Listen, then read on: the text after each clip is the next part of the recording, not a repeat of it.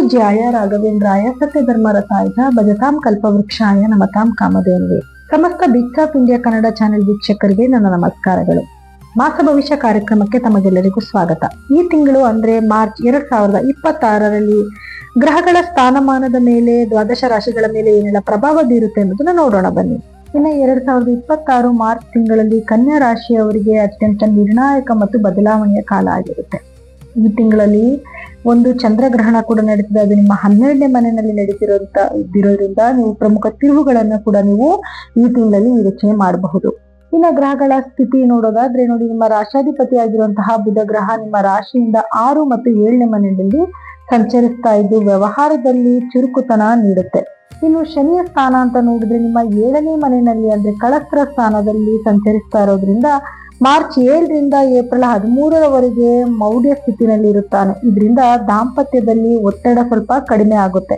ಇನ್ನು ಗುರುವಿನ ಸ್ಥಾನ ಅಂತ ನೋಡಿದ್ರೆ 10ನೇ ಮನೆಯಲ್ಲಿ ಇದ್ದು ಉದ್ಯೋಗದಲ್ಲಿ ಗೌರವ ಮತ್ತೆ ಹೊಸ ಜವಾಬ್ದಾರಿಗಳನ್ನ ತಗೊಂಬಂದ್ ಕೊಡ್ತಾನೆ. ಇನ್ನು ರಾಹುಕೇತುಗಳ ಸ್ಥಾನ ಅಂತ ನೋಡಿದಾಗ ರಾಹು ನಿಮ್ಮ 6ನೇ ಮನೆಯಲ್ಲಿ ಸ್ಥಿತನಾಗಿದ್ರೆ ಕೇತು ನಿಮ್ಮ 12ನೇ ಮನೆಯಲ್ಲಿ ಸ್ಥಿತನಾಗಿರ್ತಾನೆ. ಇದರಿಂದ ನಿಮ್ಗೆ ಕೆಲವು ಸವಾಲುಗಳನ್ನ ಎದುರಿಸುವಂತ ಒಂದು ಶಕ್ತಿ ಬರುತ್ತೆ. ಶತ್ರುಗಳ ಮುಂದೆ ನಿಮ್ಗೆ ಜಯ ಸಿಗುತ್ತೆ. ಹಾಗೆ ಮಾನಸಿಕವಾದ ಒಂದು ನೆಮ್ಮದಿ ಹಾಳಾಗುತ್ತೆ. ಅಂದ್ರೆ ರಾತ್ರಿ ಹೊತ್ತು ಮಲ್ಕೊಬೇಕಾದ್ರೆ ನಿದ್ದೆ ಸರಿಗ್ ಬರದೇ ಇರುವಂತದ್ದು ಅಥವಾ ನಿದ್ದೆ ಮಾಡೋದಕ್ಕೆ ಸಮಯ ಸಿಗದೆ ಇರುವಂತದ್ದು, ಇದನ್ನೆಲ್ಲಾನು ನೀವು ಈ ತಿಂಗಳಲ್ಲಿ ಅನುಭವಿಸ್ಬೇಕಾಗತ್ತೆ. ಇನ್ನು ಉದ್ಯೋಗ ಮತ್ತು ವ್ಯವಹಾರ ಹೇಗಿರುತ್ತೆ ಅಂತ ನೋಡಿದ್ರೆ ಉದ್ಯೋಗ ಕ್ಷೇತ್ರಗಳಲ್ಲಿ ಗುರುವಿನ ಪ್ರಭಾವದಿಂದ ಶುಭ ಫಲಗಳಿವೆ. ನಿಮ್ಮ ದಕ್ಷತೆಗೆ ಮೆಚ್ಚುಗೆ ಸಿಗುತ್ತೆ. ಆದ್ರೆ ಶನಿ ಮೌಢ್ಯ ಸ್ಥಿತಿಯಿಂದ ಪಾಲುದಾರಿಕೆಯಲ್ಲಿ ವ್ಯವಹಾರಗಳಲ್ಲಿ ಕೆಲವು ಅಡೆತಡೆಗಳು ಎದುರಾಗಬಹುದು. ಹೊಸ ಹೂಡಿಕೆ ಮಾಡುವಾಗ ಮಾರ್ಚ್ 15ರ ನಂತರ ನಿರ್ಧಾರನ ತೆಗೆದುಕೊಳ್ಳೋದು ತುಂಬಾ ಉತ್ತಮ. ಉದ್ಯೋಗ ಬದಲಾವಣೆಗೆ ಇದು ಪೂರಕ ಸಮಯ ಆಗಿರೋದಿಲ್ಲ. ಆದ್ರಿಂದ ಯಾವ ಕೆಲಸದಲ್ಲಿದ್ರೂ ಅದೇ ಕೆಲಸದಲ್ಲಿ ಸ್ವಲ್ಪ ಅಭಿವೃದ್ಧಿಯನ್ನ ಕಾಣಿಸ್ತೀರಾ ಸ್ವಲ್ಪ ಸಮಯಗಳ ನಂತರ. ಆರ್ಥಿಕ ಸ್ಥಿತಿ ಅಂತ ನೋಡಿದ್ರೆ ಆರ್ಥಿಕವಾಗಿ ಈ ತಿಂಗಳು ಸಾಧಾರಣವಾಗಿದೆ.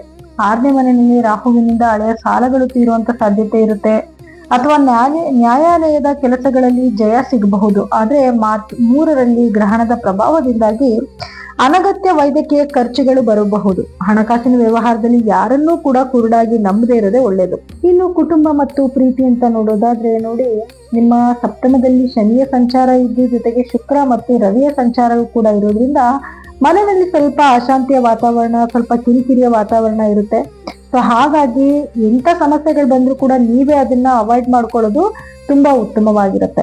ಆರೋಗ್ಯ ಅಂತ ನೋಡಕ್ ಬಂದಾಗ ನೋಡಿ, ಆರೋಗ್ಯ ದೃಷ್ಟಿಯಿಂದ ಈ ತಿಂಗಳು ಬಹಳ ಜಾಗರೂಕರಾಗಿರ್ಬೇಕಾಗತ್ತೆ. ಏನಕ್ಕೆ ಅಂತಂದ್ರೆ ನಿಮ್ಮ 6ನೇ ಮನೆಯಲ್ಲಿ ರಾಹು ಬುಧ ಕುಜರ ಒಂದು ಸಂಚಾರ ಇರೋದ್ರಿಂದ ಹಾಗೆ ಶನಿಯ ಒಂದು ಸಂಚಾರ ನೇರ ದೃಷ್ಟಿ ನಿಮ್ಮ ರಾಶಿ ಮೇಲೆ ಬೀಳ್ತಿರೋದ್ರಿಂದ ಆರೋಗ್ಯದಲ್ಲಿ ಕೆಲವು ಏರುಪೇರುಗಳಾಗತ್ತೆ. ಅಂದ್ರೆ ಬೇಗ ವಾಸಿ ಆಗದಿರುವಂತ ಕೆಲವು ಕಾಯಿಲೆಗಳು ಬರುವಂತದ್ದಾಗಿರ್ಬೋದು, ರಕ್ತಕ್ಕೆ ಸಂಬಂಧಪಟ್ಟಿರುವಂತ ಕೆಲವು ಕಾಯಿಲೆಗಳಾಗಿರ್ಬೋದು ಅಥವಾ ಹೃದಯ ಸಂಬಂಧಿ ಕೆಲವು ಸಮಸ್ಯೆಗಳು ಬರುವಂತ ಸಾಧ್ಯತೆಗಳಿರುತ್ತೆ. ಸೊ ಹಾಗಾಗಿ ನಿಮ್ಮ ಆರೋಗ್ಯದ ಕಡೆ ಸ್ವಲ್ಪ ನೀವು ಗಮನ ಕೊಡ್ಬೇಕಾಗತ್ತೆ. ವಿದ್ಯಾರ್ಥಿಗಳಿಗೆ ಉತ್ತಮವಾದ ಸಮಯ ಆಗಿರುತ್ತೆ. ಈ ತಿಂಗಳಲ್ಲಿ ಎಜುಕೇಶನ್ ಅಲ್ಲಿ ಒಳ್ಳೆ ಮಾರ್ಕ್ಸ್ ಗಳನ್ನ ತಗೊಳ್ಳುವಂಥದ್ದು, ಓದಿದ ತಲೆಗಂಟದ್ದು ಎಲ್ಲವೂ ಕೂಡ ಆಗುತ್ತೆ. ಇನ್ನು ರೈತರು ಅಂತ ನೋಡಕ್ ಬಂದಾಗ ರೈತರಿಗೂ ಕೂಡ ಬಹಳ ಉತ್ತಮವಾದ ಒಂದು ಸಮಯ ಆಗಿರುತ್ತೆ. ಯಾಕಂದ್ರೆ ಗುರುವಿನ ನೇರ ದೃಷ್ಟಿ ಇರೋದ್ರಿಂದ ರೈತರಿಗೆ ಬಹಳ ಉತ್ತಮವಾದ ಒಂದು ಸಮಯ ಆಗಿರುತ್ತೆ. ಕನ್ಯಾ ರಾಶಿಯವರಿಗೆ ಬುಧ ಅಧಿಪತಿ ಆಗಿರೋದ್ರಿಂದ ಪ್ರತಿ ಬುಧವಾರ ಗಣಪತಿಯ ಒಂದು ಆರಾಧನೆ ಮಾಡಬೇಕಾಗುತ್ತೆ. 21 ಗಳಿಕೆ ಹುಣ್ಣ ಗಣಪತಿಗೆ ಅರ್ಪಿಸೋದ್ರಿಂದ ಒಂದು ನಿಮ್ಮ ಕೆಲಸಗಳಲ್ಲಿ ಆಗ್ತಿರುವಂತ ಅಡೆತಡೆಗಳಿಂದ ನೀವು ದೂರ ಹೋಗ್ಬೋದು. ಹಾಗೆ ಚಂದ್ರಗ್ರಹಣದ ಶಾಂತಿಗೋಸ್ಕರ ಬಿಳಿಯ ಬಣ್ಣದ ವಸ್ತುಗಳನ್ನ ಅಂದ್ರೆ ಅಕ್ಕಿ, ಹಾಲು ಅಥವಾ ಬಿಳಿ ಬಟ್ಟೆಗಳನ್ನ ದಾನ ಮಾಡ್ಬೇಕಾಗುತ್ತೆ. ಅದು ಮನಸ್ಸಿಗೆ ಶಾಂತಿನ ಕೊಡುತ್ತೆ. ಇನ್ನ ದುರ್ಗಾ ಸಪ್ತಶತಿ ಕೇತುವಿನ ಒಂದು ಪ್ರಭಾವ ತಗ್ಸೋದಕ್ಕೋಸ್ಕರ ದುರ್ಗಾದೇವಿಯ ಆರಾಧನೆ ಮಾಡ್ಬೇಕಾಗತ್ತೆ ಅಥವಾ ದುರ್ಗಾ ಅಷ್ಟೋತ್ತರನ ಪಠನೆ ಮಾಡ್ಬೇಕಾಗತ್ತೆ. ಇನ್ನ ಶನಿಯ ಒಂದು ಶಾಂತಿಗೋಸ್ಕರ ಶನಿವಾರದ ದಿವಸ ಬಡವರಿಗೆ ಆಹಾರ ಪದಾರ್ಥಗಳನ್ನ ದಾನ ಮಾಡ್ಬೇಕಾಗತ್ತೆ. ಇನ್ನು ಇದಾಗಿತ್ತು ಮಾರ್ಚ್ ತಿಂಗಳ ಕನ್ಯಾ ರಾಶಿಯವರ ಫಲಾನುಫಲಗಳು. ಆದ್ರೆ ನಿಮ್ಮ ವೈಯಕ್ತಿಕ ಜಾತಕನ ಒಮ್ಮೆ ಪರಿಶೀಲನೆ ಮಾಡಿಕೊಳ್ಳೋದು ಬಹಳ ಉತ್ತಮ. ಏನಕ್ಕೆ ಅಂತಂದ್ರೆ ನೋಡಿ, ಅದರಲ್ಲಿರುವಂತಹ ಗ್ರಹಗತಿಗಳ ಒಂದು ಸ್ಥಾನಮಾನ ಬೇರೆ ಆಗಿರುತ್ತೆ. ನಿಮ್ಮ ದಶಾಭುಕ್ತಿ ಕೂಡ ಬೇರೆ ಆಗಿರುತ್ತೆ. ಅದಕ್ಕೆ ತಕ್ಕ ಪರಿಹಾರ ಮಾಡ್ಕೊಳ್ಳೋದ್ರಿಂದ ಖಂಡಿತವಾಗ್ಲೂ ನೀವು ಇನ್ನಷ್ಟು ಒಳಿತನ್ನ ನೋಡಬಹುದು.